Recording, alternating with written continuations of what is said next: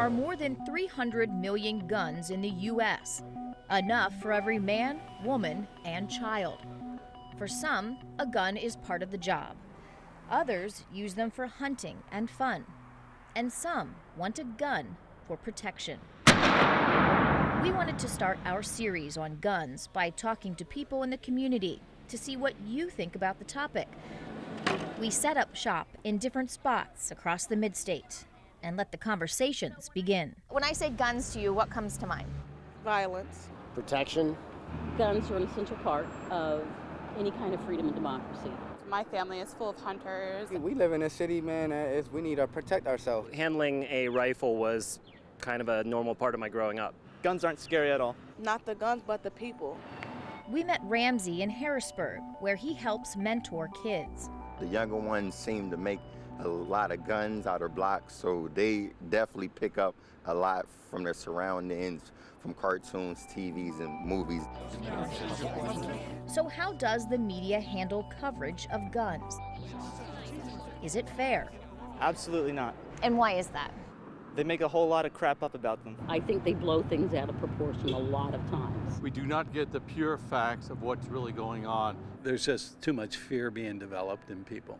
It's fair, but there's a lot of words that push people's buttons, such as semi-automatic. And that led us to our next question. Does the average person have an understanding of guns, or do we assume things based on how they look? I say this is a nice gun right here. Feels though there's nothing wrong with those. I think it's things that normal citizens don't really need to own. Okay, to me they're like military weapons. Nobody should have them. Nobody should have these weapons? Why is that?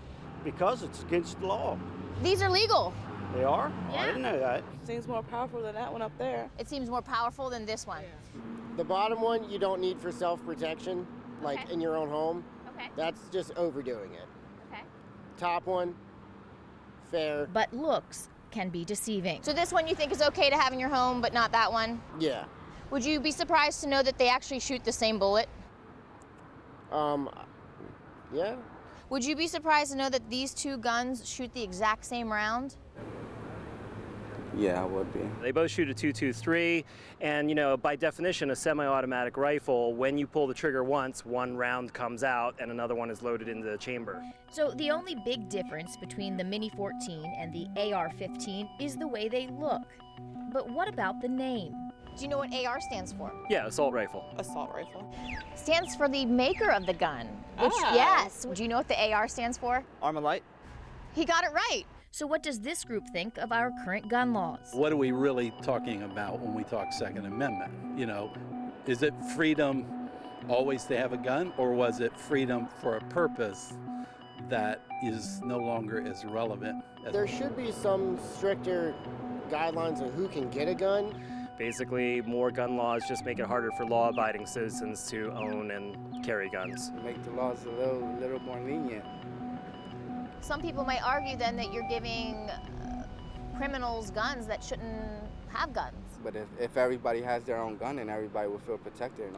Just put the guns down and fight like men and women, like we used to. Knuckle to knuckle. That's how I look at it.